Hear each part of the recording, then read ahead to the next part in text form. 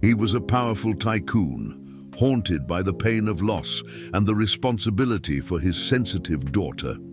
She, a gentle young nanny, tormented by a secret and deep guilt. As she brings light into his daughter's life, a subtle attraction sparks between them, and his heart softens, but her guilt becomes unbearable as his passion is revealed. In tears, she confronts him. "I have something to confess, Matthew. I'm the one to blame." The confession hits him like a thunderbolt, but he forgives her, and then he proposes marriage, revealing that, for him, her love and forgiveness are everything. Prepare for a twist where the past will try to destroy the tycoon's love for the guilty nanny, but the strength of that forgiveness can heal all wounds. Watch this story until the end. You'll be surprised. If you like love stories, romance, subscribe to this channel, leave your comment. We post videos like this every day. Continuing. The rain beat relentlessly against the windows of the small apartment in Queens as Laura Mendez folded her last clothes into the worn suitcase. Her hands trembled slightly, not from the cold, but from the anxiety that had been gnawing at her for weeks. At 28, she had made the most difficult decision of her life: to start over from scratch in Manhattan, far from everything she knew in Queens. The empty apartment echoed her footsteps as she walked through the room, checking if she had forgotten anything. On the kitchen table, the job contract that would change her life stared back at her with fine print and promises of an uncertain future. Nanny for 6-year-old child, residence in the Upper East Side, generous salary. The words seemed too simple to represent her only chance to escape the suffocating weight she carried. Laura closed her eyes and tried to push away the memories that haunted her. The angelic face of Mikey, just 4 years old, still appeared in her dreams. The accident had happened 8 months ago, but the guilt remained fresh as an open wound. She was his nanny. She should have protected him. A second of distraction, a phone call that couldn't wait, and when she realized it, Mikey had fallen down the stairs. The neurological sequelae that the boy developed haunted her daily. "It wasn't your fault," everyone around her repeated, but Laura knew it was. Mikey's family, devastated, never publicly blamed her, but she saw the pain in the child's mother's eyes. She couldn't bear to live in the same borough anymore, bumping into them on the street, feeling the weight of their gazes filled with a sadness she had caused. The doorbell rang, interrupting her somber thoughts. The rideshare driver had arrived to take her to LaGuardia Airport. In his luxurious penthouse in Tribeca, Matthew Almeida watched the city of New York stretch out endlessly through the floor-to-ceiling windows of his private office. At 38, he commanded one of the largest real estate empires in the country, but at that moment he felt utterly defeated. "Daddy, Aunt Clara left again," said Sophia, his 6-year-old daughter, appearing at the office door with eyes red from crying.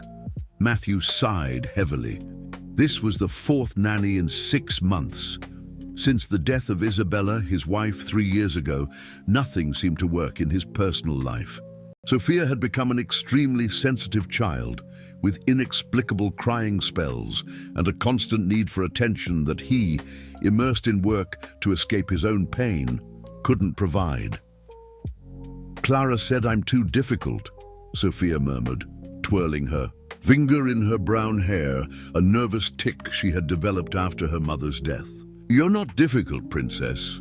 You just need someone special to take care of you." Matthew knelt before his daughter, trying to hide his own hopelessness. How could he explain to a 6-year-old that he himself didn't know how to handle the situation?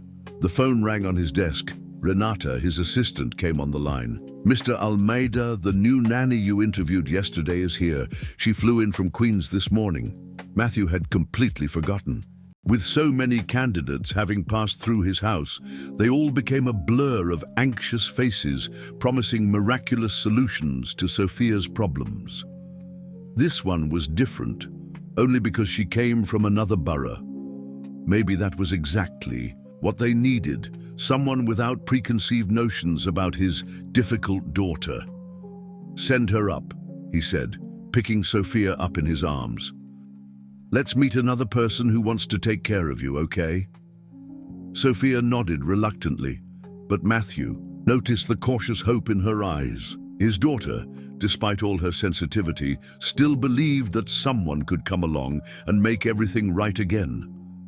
Minutes later, Laura entered the apartment carrying only a small bag and an expression of determination mixed with nervousness. She had left her suitcases at the cheap hotel where she would stay until she knew if she would get the job. When her eyes met Matthew's, they both felt something unexpected, a silent recognition of two souls burdened with pain. He saw in her a deep sadness that mirrored his own, while Laura perceived, beyond the imposing appearance of the businessman, the exhaustion of someone who was struggling alone. "Sophia, this is Laura," Matthew said, noticing how his daughter hid behind his legs, but watched the new nanny with curiosity. Laura knelt on the floor, getting down to the girl's height. "Hi, Sophia. You have very beautiful eyes. Can I be your friend?" For the first time in months, Sophia smiled shyly. At that moment, none of the three knew that their lives were about to become intertwined irreversibly, bringing to light secrets, forgiveness, and a love that would be born from the ashes of their deepest pains. Laura's first days at the Almeida mansion were like walking through a minefield. Sophia, despite the shy smile of their first meeting, alternated between moments of genuine affection and tantrums that left everyone exhausted. It was during these crises that Laura noticed Matthew, watching her intensely, as if testing her ability to handle his daughter. "She wasn't like this before," he murmured one afternoon, after Sophia had spent 20 minutes crying because Laura had suggested a different snack than usual. They were in the mansion's kitchen, and Laura noticed how his hands trembled slightly as he poured a coffee.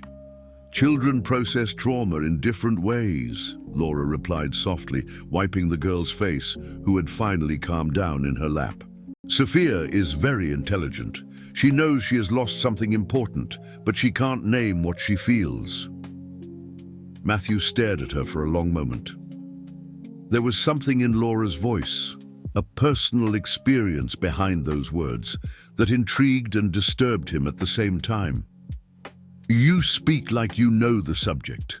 Laura quickly looked away. "I've taken care of many children." It was a lie, and they both knew it. Matthew had checked her references. Laura had limited experience as a nanny, which made her natural. Ability with Sophia even more mysterious. There were gaps in her resume that he couldn't explain, blank periods that she avoided discussing. During the following weeks, a strange routine was established. Laura arrived early and stayed late, dedicating herself entirely to Sophia. Matthew, who used to avoid spending time at home, began to make excuses to work from the home office. He told himself that he needed to supervise his daughter's progress, but the truth was more complicated. There were moments when he caught them laughing together in the garden, and the sound of Sophia's genuine laughter hit him like a punch to the gut. It had been 3 years since he had heard that laugh. Laura had achieved in a few weeks what dozens of child therapists hadn't accomplished. "How do you do it?" he asked one night, finding Laura in the library, organizing the children's books she had bought for Sophia. "Do what?" Laura didn't look up from the books, but Matthew noticed the tension in her shoulders. "Make my daughter smile for real again." She finally looked at him, and for an instant Matthew saw such deep pain in her eyes that he almost recoiled. "Maybe because I understand what it's like to carry a weight that seems too big for your shoulders." The air between them became charged with a dangerous electricity. Matthew took a step forward, and Laura didn't back away. They were close enough for him to smell her soft perfume, to notice how her lips trembled slightly. "Laura," he began, but she backed away abruptly. "I better go, it's late," but Matthew gently held her arm. You don't have to carry everything alone, whatever it is. Laura looked at his hand on her arm, then at his eyes. For a moment she seemed about to speak, to confess whatever tormented her. Then, as if waking up from a trance, she pulled her arm away and practically ran out of the library. From that moment on, Laura began to maintain a strict professional distance. She arrived on time, cared for Sophia with her usual dedication, but avoided being alone with Matthew. He, in turn, felt like a rejected teenager, angry with himself for caring so much about the opinion of an employee. The turning point came on a rainy Thursday. Matthew was in an important meeting with Japanese investors when he received a desperate call from Laura. "Matthew, I need you to come home now." Her voice was broken, almost inaudible. "Sophia, she had an accident." Matthew's world collapsed at that instant. He left the meeting without explanation, left the investors waiting, and rushed home like a madman, his heart pounding erratically. The images of Isabella's death came back in full force. The call from the hospital, the desperate race, arriving. Too late. He found Sophia in her room, with a cast on her arm, surrounded by doctors. Laura was in the corner, pale as a ghost, hugging herself as if trying to hold herself together. "What happened?" Matthew asked the doctor, but his eyes didn't leave Laura. "A simple wrist fracture. The girl slipped on the wet stairs. Nothing serious, Mr. Almeida." Relief and anger mixed in Matthew's chest. Sophia was fine, but how did she slip? Where? "Were you?" he asked Laura, his voice harsher than he intended.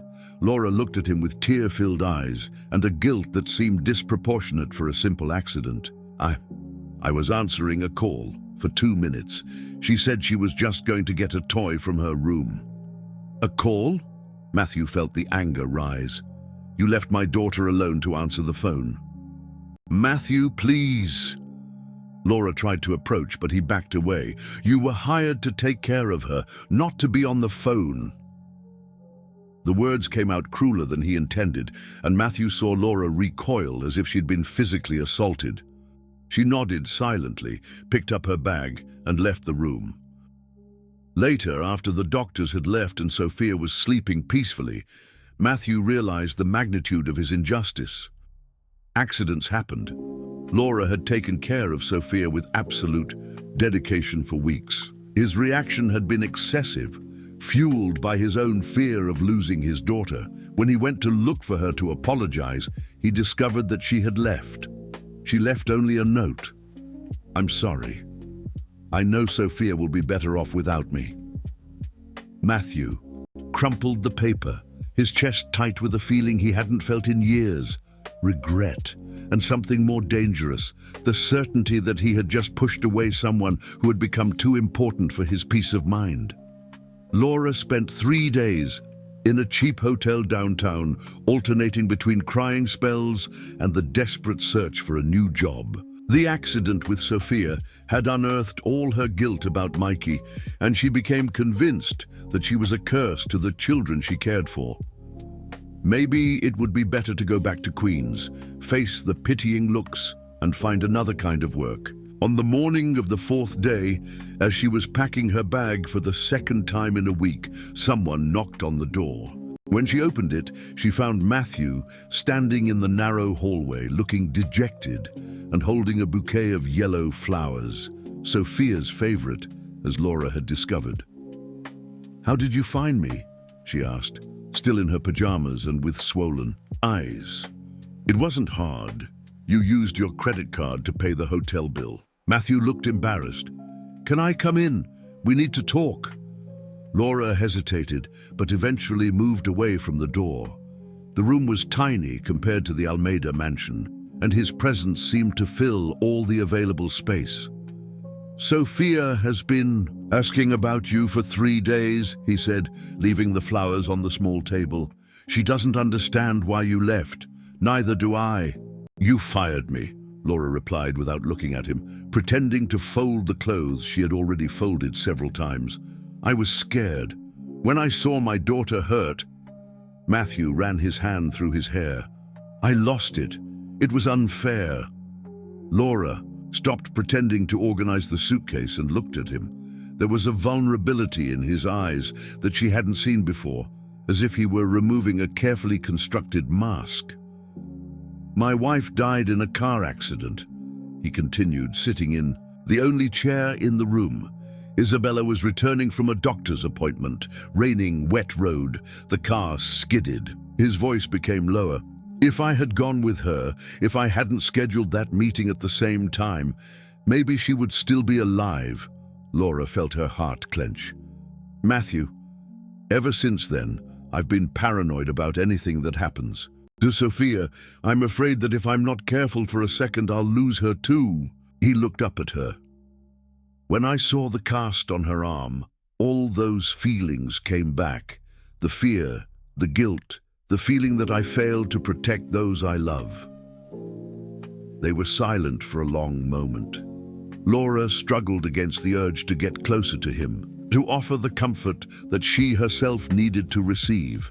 "Sophia needs you," Matthew said finally, "and I need you to come back, please." "You don't understand," Laura murmured, hugging herself. "I'm not good at taking care of children. I hurt the people I care for." "That's not true." "It is." Her voice came out louder than she intended. "You don't know anything about me, Matthew. If you knew, then tell me." Laura looked at him, her heart pounding erratically. For an instant, she was about to confess everything about Mikey, about the accident that had destroyed her life, but the fear was stronger. "I can't," she whispered. Matthew got up and walked over to her. When he touched her face gently, Laura couldn't pull away. "We all have ghosts, Laura. I have mine, you have yours. But that doesn't mean we should let them control our present." His closeness made her dizzy. Laura could smell his cologne, see the small wrinkles around his eyes that denoted years of worry and responsibility. There was something magnetic about him, a force that drew her in, even when her mind screamed for her to run away. "If I come back," she began, "if you come back, I promise to try to control my fear. And maybe we can help each other carry our burdens." Laura knew she was making a mistake. Going back meant getting even closer to Matthew, and she already felt something dangerous growing inside her chest, an affection that went far beyond the professional. But the thought of Sophia asking for her alone in that big mansion was stronger than her prudence. "Okay," she said, hating herself for how easily she gave in. "But with one condition." "What?" "No questions about my past. What happened before I got here stays buried." Matthew hesitated for a moment, clearly curious, but nodded. "Deal." When they returned to the mansion, Sophia ran to hug Laura as if she hadn't seen her in months. The girl had drawn a series of cards apologizing for the accident, all with yellow flowers and crooked hearts. "I didn't want you to leave because of me," Sophia said, clinging to Laura's neck. "You're not to blame for anything, my love. I was just being silly." That night, after putting Sophia to bed, Laura found Matthew in the kitchen, preparing 2 cups of tea. "Thank you," she said, accepting the hot drink, "for coming to get me." "Thank you for coming back." They drank in comfortable silence, but Laura felt the weight of his gaze on her. There was a new tension in the air, a mutual awareness that something had changed between them in that hotel room. "Laura," he said softly, "I know you asked me not to ask questions, but I need you to know something."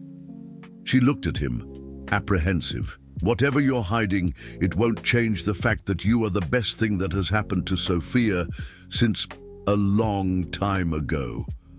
And maybe to me too."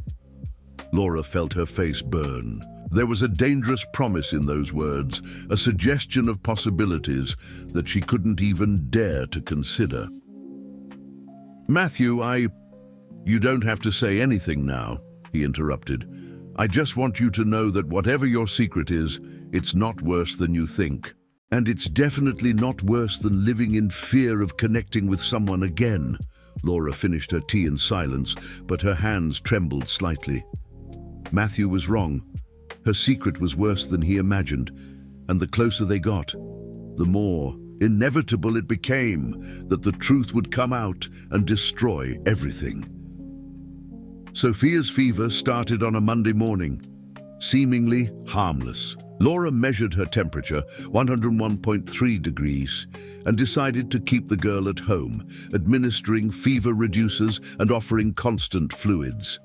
Matthew was on a business trip to DC, but she reassured him over the phone. "It's just a common virus. She's already getting better," Laura said, watching Sophia doze on the living room couch. On Tuesday night, everything changed drastically. Sophia woke up with seizures, her small body thrashing uncontrollably as Laura desperately tried to keep her safe. The fever had spiked to 105.8 degrees, and the girl muttered incomprehensible words, her eyes rolling back.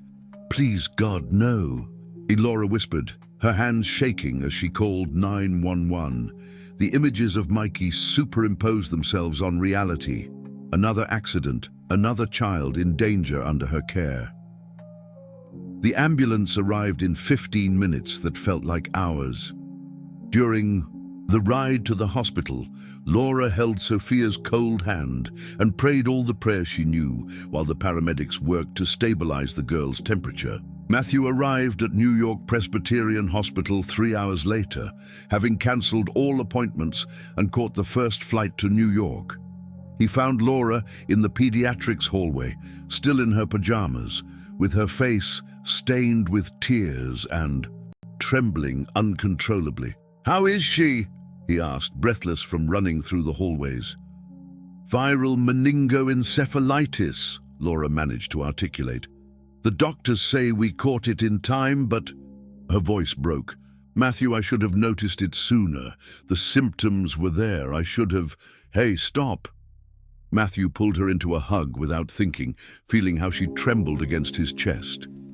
"You did everything right. If it weren't for you being there, if she had been alone with just any nanny—" Laura completely broke down in his arms. All the accumulated tension, all the fear of losing another child, all the guilt she had carried for months poured out in convulsive sobs. Matthew held her tightly, murmuring words of comfort as he stroked her hair. "Nothing is going to happen to her," he said, although his own voice trembled. "We won't let it." They spent the night at the hospital, taking turns by Sophia's bedside. During the darkest hours of the night, when the medication finally began to take effect and the fever subsided, Laura and Matthew found themselves alone in the semi-lit room. "Thank you for taking care of her," Matthew said, watching his daughter. "Sleep peacefully, for staying with her until I arrived." "I would never leave her alone," Laura replied, her voice still hoarse from crying. "I know." Matthew looked at her intensely. "That's why I—" He didn't finish the sentence, but Laura felt the weight of those unspoken words hanging in the air between them. There was something new in his eyes, a raw vulnerability that took her breath away. "Matthew," she whispered, aware that they were dangerously close, their hands almost touching over Sophia's blanket. "When I got your call, when I thought I might lose Sophia—" He spoke softly, almost in a whisper. "The first thing I thought wasn't just about my daughter. It was about you, too. About how devastating it would be to lose them, the two people who have become the most important in my life." Laura felt her heart stop. "You can't say those things." "Why not?" "They're true. Because—" She struggled to find the words. "Because you don't really know me. If you knew, then let me get to know you." The tension between them was almost palpable. Laura knew she was on the edge of a cliff, that one wrong step would destroy not only her sanity, but potentially Sophia's happiness as well. But there was something in the way Matthew looked at her, an unconditional acceptance that she had never experienced, that made her want to believe that maybe, just maybe, she could deserve a new beginning. Sophia groaned softly in her sleep, and they both turned to her automatically. The girl opened her eyes slowly, still weak, but with clear awareness for the first time in 2 days. "Laura?" Her voice was just a whisper. "I'm here, my love." Laura leaned over the bed, kissing the girl's forehead. "You're not going away again, right?" Laura looked at Matthew over Sophia's head.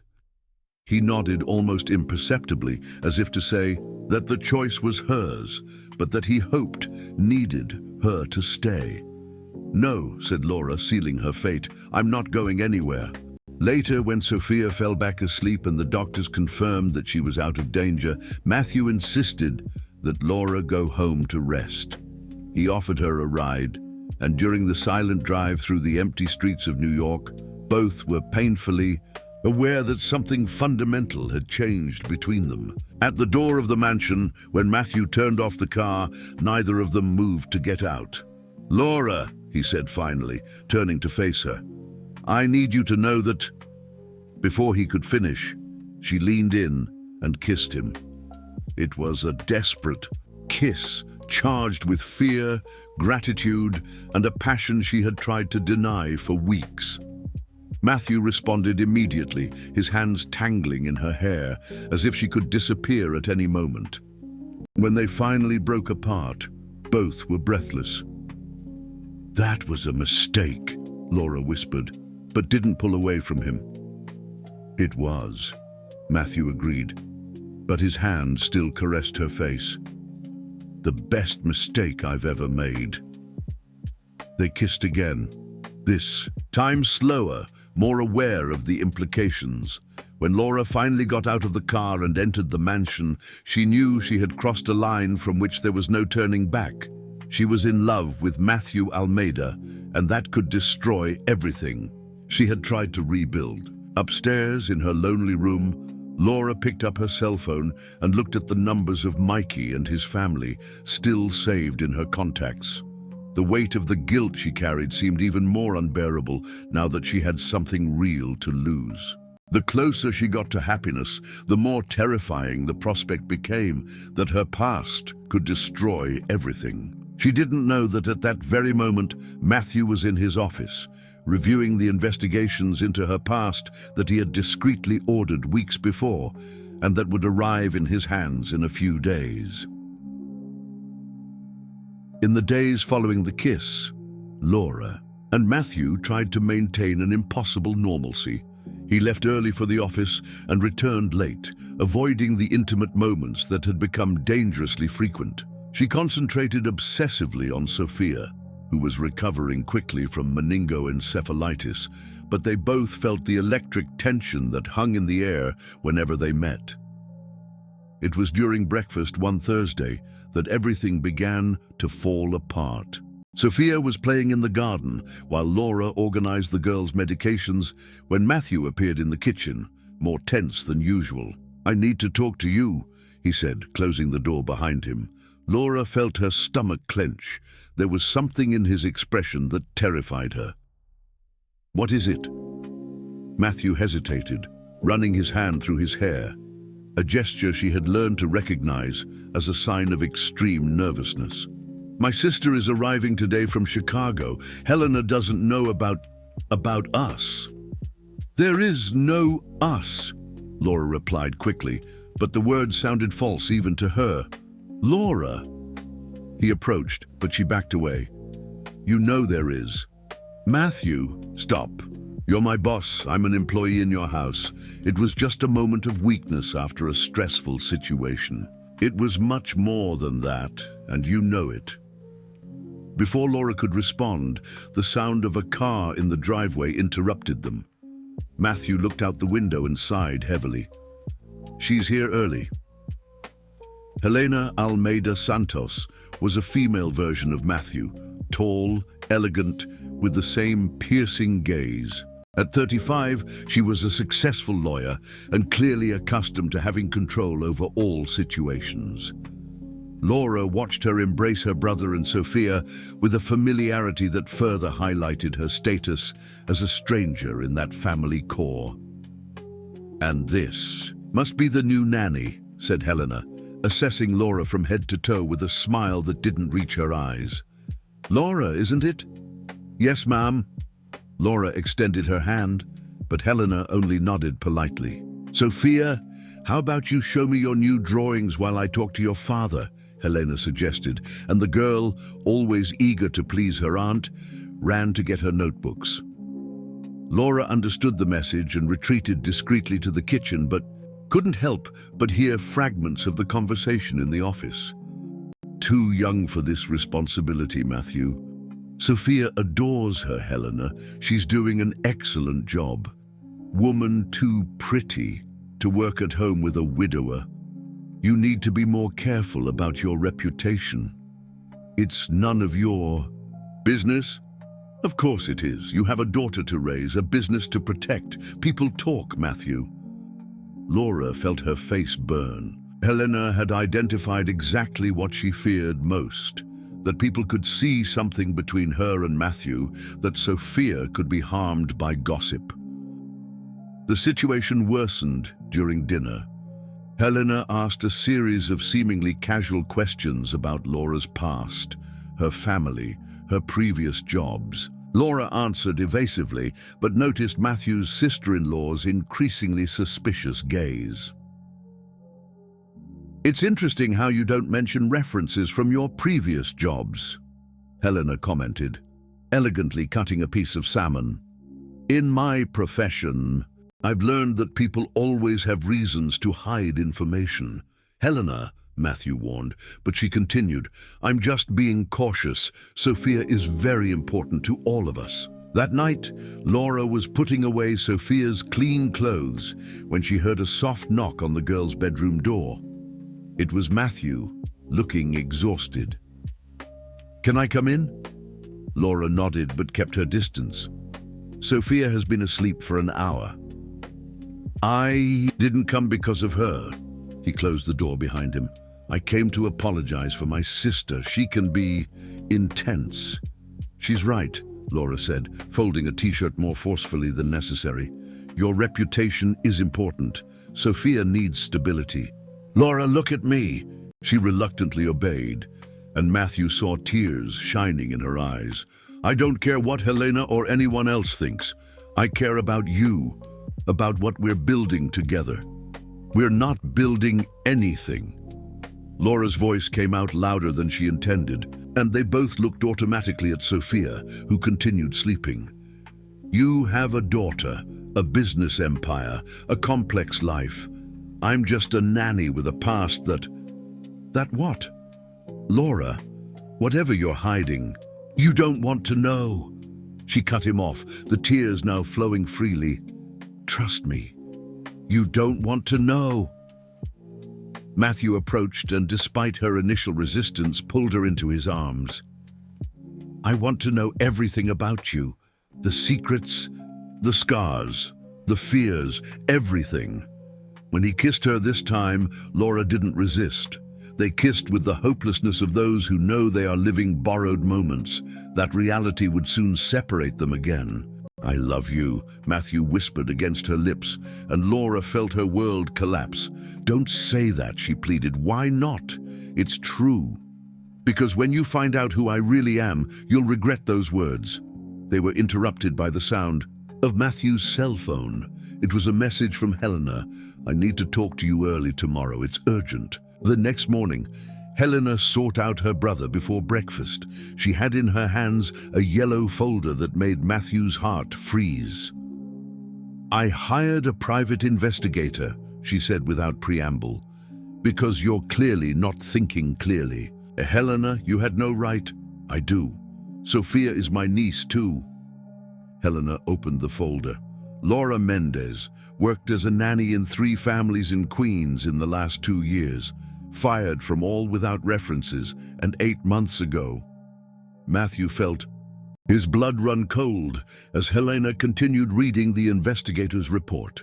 Accident involving a 4-year-old child. Permanent neurological sequelae. Proven negligence. "She was distracted on the phone when the child fell down the stairs," Helena said coldly. "The family didn't sue out of pity. But Laura left Queens because she couldn't find work in the area anymore. Matthew's world collapsed. Laura's evasiveness about the past, her disproportionate reaction when Sophia got hurt, the guilt she carried in her eyes, it all made sense now. "You need to fire her immediately," Helena continued. "And if there's something romantic between you two, it needs to end. Imagine the scandal if this leaks to the press. Multi-millionaire CEO involved with negligent nanny who caused permanent disability in child." Matthew looked out the window and saw Laura playing in the garden with Sophia, both laughing. His daughter was happier than she had been in years. But Helena's words echoed in his mind. Negligence, permanent sequelae, scandal. "What do you want me to do?" he asked, defeated. "Break up with her today, discreetly and definitively. I've already found 2 excellent candidates to replace her." At that moment, Laura looked out the window and waved to Matthew with a radiant smile.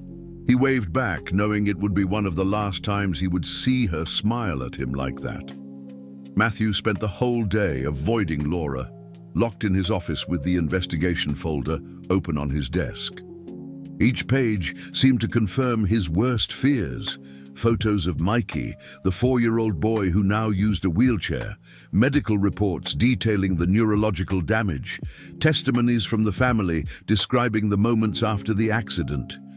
"She was on the phone with someone from the bank," said the testimony from Mikey's mother. "When we heard the sound of the fall, Laura screamed and dropped the phone. My son was unconscious at the bottom of the stairs." Matthew's hands trembled as he closed the folder. Outside, he could hear Laura singing with Sophia, their voices blending in a harmony that had become the soundtrack of renewed happiness in his home. How could he look at her knowing the truth? How could he entrust his daughter to someone who had already failed so drastically? At nightfall, Helena knocked on the office door. "Decided what you're going to do?" "I need to talk to her," Matthew said, his voice hoarse. "Great, the sooner the better. I've already called one of the candidates. She can start on Monday." Matthew found Laura in the library, reading to Sophia before bed. The scene was so perfect, so full of love and tenderness, that he almost lost courage. Almost. "Sophia, how about going to brush your teeth? Daddy needs to talk to Laura," he said, trying to keep his voice normal. The girl protested, but eventually obeyed. When they were alone, the silence became oppressive. Laura immediately realized that something was wrong. "Matthew, what happened?" He closed the library door and positioned himself far away from her, as if he needed to maintain physical distance to be able to say what he needed. "Mikey Santos," he said simply. Laura paled instantly, as if she had been punched in the stomach. "How do you—" "Helena hired an investigator." Matthew pulled the folder from the inside pocket of his jacket. 4 years old, Laura. A 4-year-old. Child in a wheelchair because you were distracted on the phone. "Matthew, please, let me explain." "Explain what?" His voice rose, years of pain and fear exploding at once. "How can you explain negligence? How can you explain having lied to me for all these months?" Laura tried to approach, but he backed away. "I didn't lie, I couldn't talk about it. The guilt destroys me every day." "The guilt?" Matthew laughed bitterly. "And you thought hiding it was the solution? You thought you could just start over and pretend it never happened? It wasn't like that. I came to New York precisely because I couldn't live with the weight of seeing Mikey's family every day. I accepted your job because I thought that maybe I could redeem myself by taking good care of Sophia." "Redeem yourself?" Matthew's eyes flashed with anger and disappointment. "Did you use my daughter as personal therapy to feel better about your own conscience?" "No!" Laura was crying now, tears streaming down her face. "I fell in love with Sophia for real, and with you too. Everything I feel is real, Matthew. How can I believe anything you say now? How can I know what's real and what's just you trying to forget your guilt?" Laura approached him, desperate. Because you know me. You've seen how I take care of her, how she has flourished under my care. You've seen my love for you both." "I saw a lie," Matthew said coldly, each word like a stab. "I saw a woman who hid something fundamental about who she is. How can I trust my daughter to someone who has already failed so catastrophically?" "Matthew, please." Laura reached out to touch his face, but he flinched away as if her touch burned him. "You're fired, Laura. I want you to leave my house now." The silence that followed was deafening. Laura looked at him with an expression of complete devastation, as if his words had physically hurt her. "And Sophia?" she asked, her voice just a whisper. "Sophia will be fine. She was fine before you came. She'll be fine after you leave." "She's going to ask for me. I'll explain that you needed to go away, that sometimes people leave our lives." Laura nodded slowly, understanding that there was nothing more to be said. She walked towards the door, but stopped with her hand on the doorknob. "I really love you both," she said without turning around. "That was never a lie." "It doesn't matter anymore," Matthew replied, but his voice wavered slightly. After Laura left the library, Matthew collapsed into the armchair, covering his face with his hands. He had done the right thing, protected Sophia, preserved his family.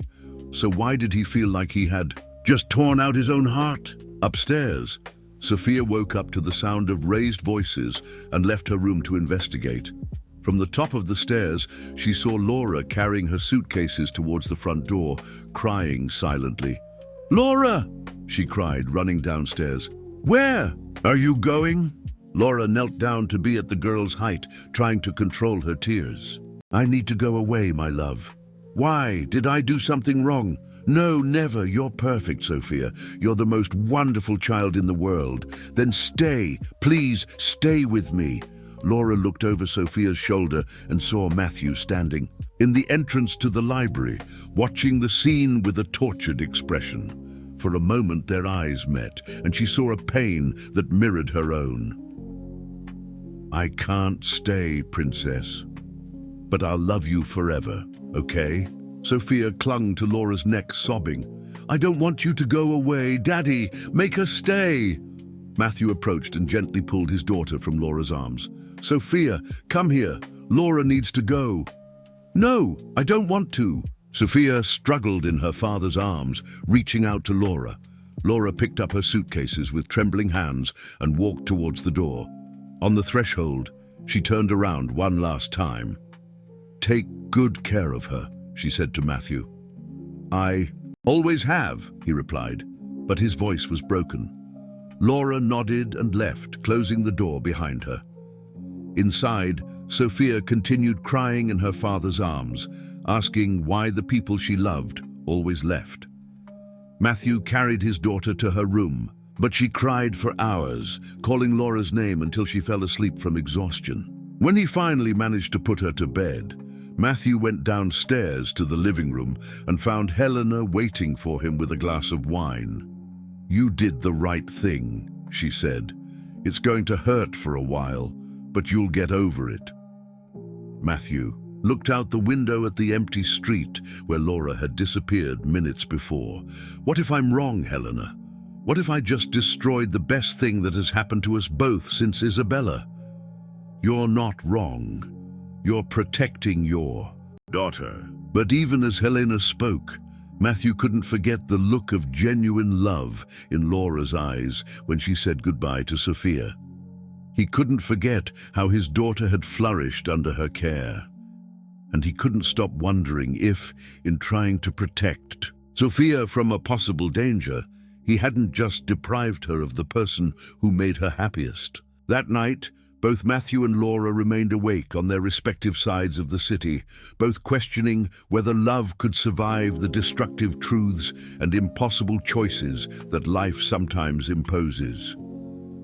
3 weeks had passed since Laura had left the Almeida mansion, and each day seemed longer than the last. She had settled in a cheap boarding house in Greenwich Village, sharing the bathroom with 5 other tenants and surviving on savings that were rapidly dwindling.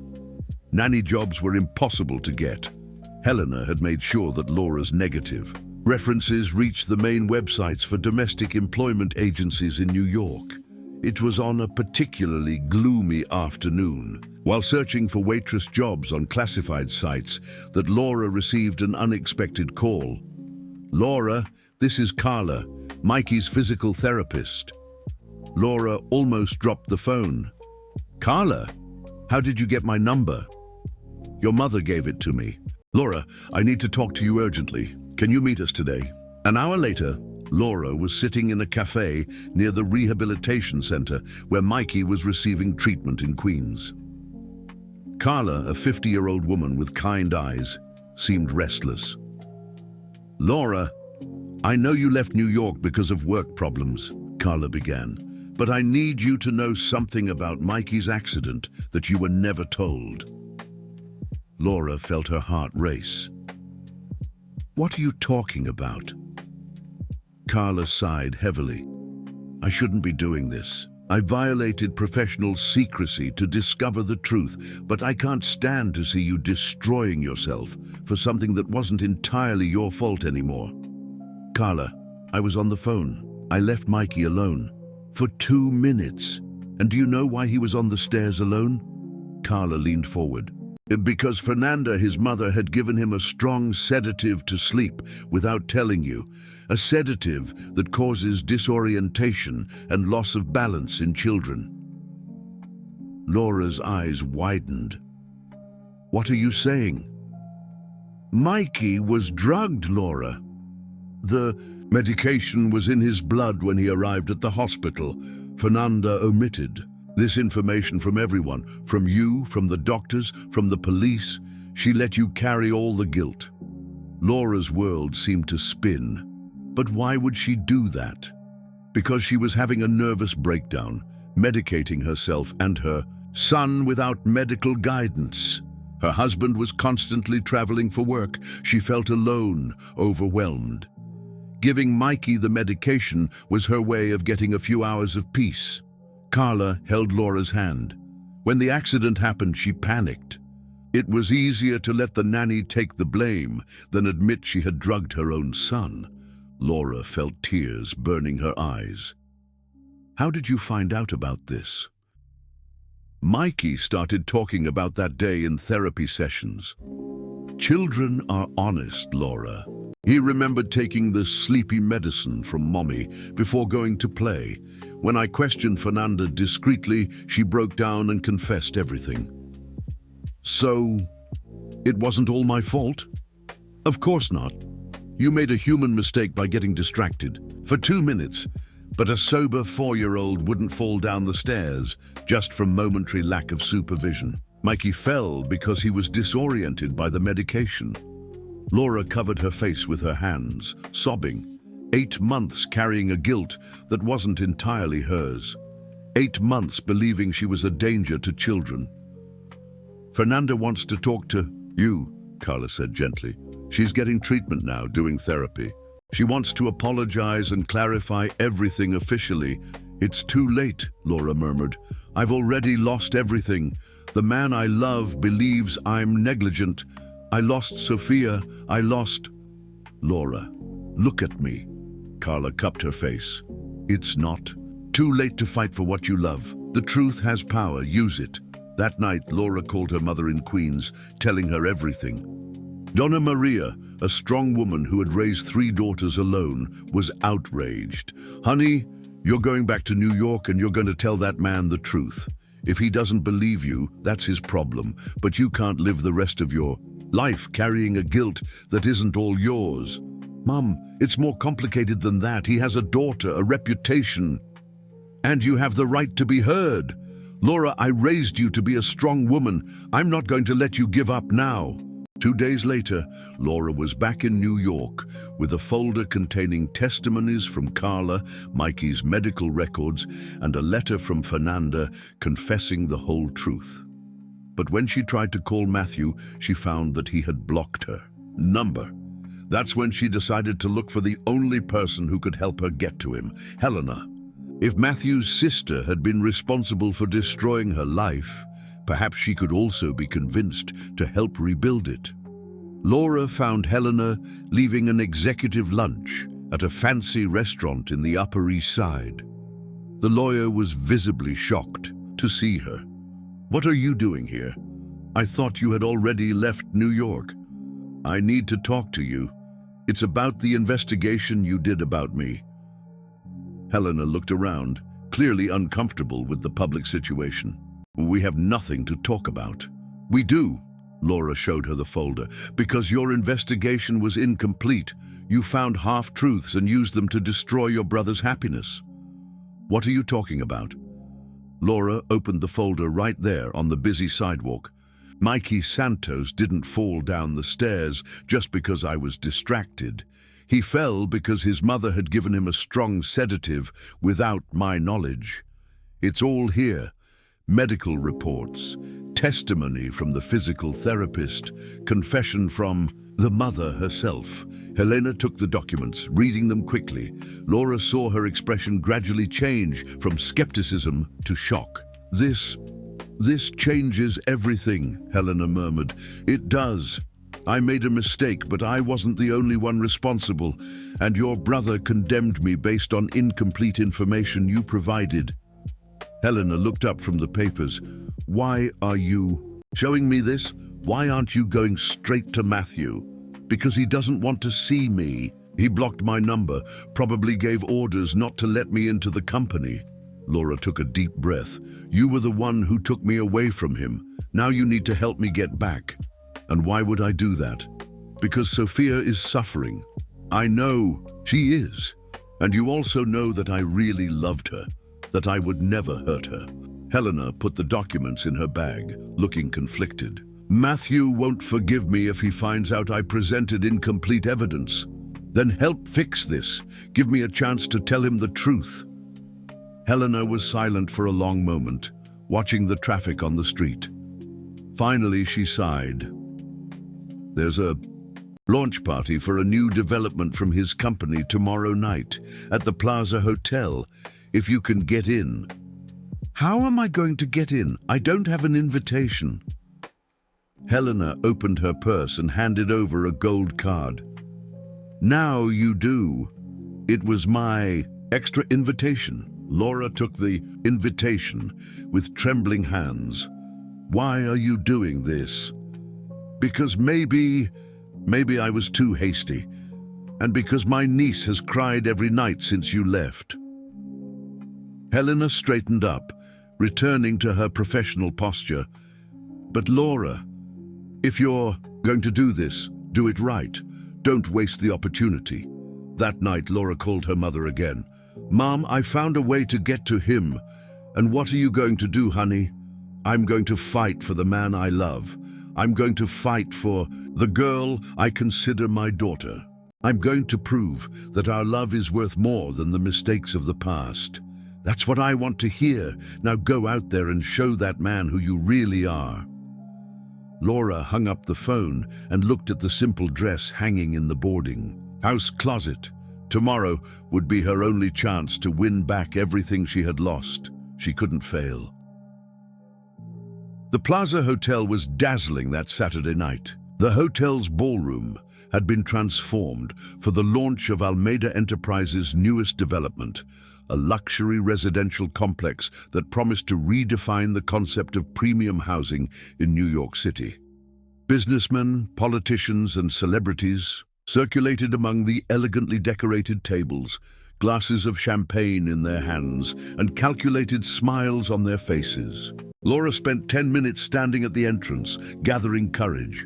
Her borrowed navy blue dress from a friend at the boarding house was far from suitable for that sophisticated environment, but it was the best she could manage. She took a breath, held the folder with the documents against her chest, and entered.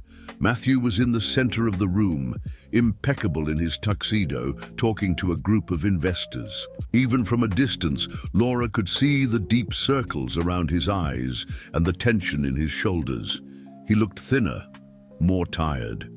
Beside him, an elegant blonde woman, clearly one of the candidates selected by Helena, kept a possessive hand on his arm. Laura positioned herself strategically near the stage, where Matthew would give his speech, waiting for the right moment. Her hands were sweating, her heart was pounding, but her determination was unwavering. This was her only chance. "Ladies and gentlemen," Matthew's voice echoed through the hall as he took the stage. "Thank you for being here with us on this special night." Laura watched him talk about architectural visions and dreams realized, but noticed how his eyes seemed empty, as if he were just fulfilling a protocol. The passionate man she had known had been replaced by a cold and distant version of himself. "This project represents not only a real estate venture," Matthew continued, "but the materialization of a dream that I share with the most important people in my life." It was then that his eyes met Laura's in the audience. He stopped mid-sentence, visibly shaken, the microphone trembling in his hand. The silence stretched for seconds that seemed eternal, until some guests began to exchange confused glances. Laura seized the moment. With her heart in her throat, she walked onto the stage under the surprised gaze of everyone present. "Excuse me," she said, taking the microphone from Matthew's hands. "My name is Laura Mendes, and I need to tell a truth that may change everything you think you know about love, forgiveness, and second chances." A murmur ran through the hall. Matthew tried to take back the microphone, but Laura stepped away. "3 weeks ago, the man standing next to me fired me because he found out something about my past. Something terrible that made me carry a guilt that almost destroyed me." Laura looked directly at Matthew. "He was trying to protect his daughter, the girl I love, as if she were my own." "Laura, stop this," Matthew whispered, but she continued. "I used to be a nanny for a child who suffered a serious accident. For 8 months, I carried the full blame for that tragedy. I believed I was a danger to all children." Her voice grew stronger. "But I discovered just a few days ago that I didn't know the whole truth." Laura opened the folder and showed the documents to the hall. "Mikey Santos, 4 years old, didn't fall down the stairs just because I was distracted for 2 minutes. He fell because his mother had given him a strong sedative without my knowledge, leaving him disoriented and prone to accidents." The silence in the hall was absolute now. Laura saw Helena in the audience, nodding encouragingly. "I'm not here to absolve myself of guilt. I made a mistake, yes. But I learned that sometimes life presents us with situations where there are no villains, just imperfect people trying to do the best they can." Laura turned to Matthew. "You condemned me based on half-truths because you were afraid. Afraid to love again. Afraid to lose Sophia as you lost Isabella." Tears were running down Matthew's face. "Laura, but true love, Matthew, isn't about never making mistakes. It's about forgiving. It's about growing together. It's about building something beautiful, even when we start from wounded places." Laura reached out her hand to him. "Sophia has cried for 3 weeks straight, asking why all the people she loves go away. Do you really want her to grow up believing that love is temporary, that people give up at the first difficulty?" Matthew took her hand, his own tears now visible to everyone. "I thought I was protecting you, protecting her." "You were protecting yourself from the fear of loving and losing again. But love always involves risks, Matthew. The question is whether it's worth taking those risks." In the back of the hall, a familiar little voice shouted, "Laura!" Sophia appeared running between the tables, dressed in pajamas and followed by Helena, who had clearly picked up the girl from home. Laura stepped off the stage and knelt down, receiving Sophia in her arms. "My love, what are you doing here?" "Aunt Helena said you were here. I missed you so much." Sophia clung to Laura's neck, sobbing. "Please don't go away again." Matthew stepped off the stage and approached them. "Sophia, honey, you should be sleeping." "I couldn't sleep. I can only sleep when Laura sings to me." Sophia looked between her father and Laura. "Daddy, you can't send Laura away again, I beg you." Laura looked at Matthew, seeing all the pain and love he was trying to hide. "Matthew, I love you. I love you both more than I thought it was possible to love anyone. I know I've made mistakes. I know I'm not perfect, but I promise I'll spend the rest of my life proving that I deserve your trust." Matthew stared at her for a long moment, then knelt beside them, wrapping both in a tight hug. "I love you too, Laura. Forgive me for being a coward, for choosing fear over love." "So are you going to get married?" asked Sophia, making everyone laugh through their tears. Matthew looked at Laura, his hands trembling slightly. "Laura Mendez, will you marry me? Will you be Sophia's mother officially? Will you build an imperfect but loving family?" "Yes," Laura replied without hesitation, sealing her answer with a kiss that was applauded by the entire hall. 6 months later, in the same church where Matthew had married Isabella, but this time with her blessing and support to move on, Laura walked down the aisle arm in arm with her mother. Sophia, as a bridesmaid, threw yellow rose petals along the way, radiant with happiness. At the altar, Matthew waited with a smile that lit up his entire face. Helena, as matron of honor, discreetly wiped away tears of emotion. And in the front row, in a wheelchair decorated with colorful ribbons, Mikey watched the ceremony alongside his family. All of them present to demonstrate that forgiveness and love can transform even the most difficult situations into new beginnings. "You look beautiful," Matthew whispered when Laura reached the altar. "We're home," she replied, taking his hands. During the ceremony, when the priest asked if there were any impediments to the wedding, Sophia raised her hand and shouted, "I forbid you from taking too long to have more children, because I want a little brother." The laughter that echoed through the church was the sound of pure happiness, a family rebuilt on the foundations of forgiveness, truth, and unconditional love. That night, while Sophia slept between them in the couple's bed, Laura and Matthew talked about the future. "Do you regret anything?" he asked, stroking his wife's hair. "I regret taking so long to fight for us," Laura replied. "And you?" "I regret almost letting fear destroy the best thing that ever happened to me." Sophia murmured something in her sleep and snuggled closer to Laura, who kissed her on the forehead with infinite tenderness. "I love you, Matthew Almeida." "I love you too, Laura Almeida, forever." Outside, New York City continued its frenetic pace, but inside that house, 3 hearts beat in perfect harmony, proving that even the most complicated stories can have happy endings when love is stronger than fear, and when the truth, however painful, finally finds its way into the light.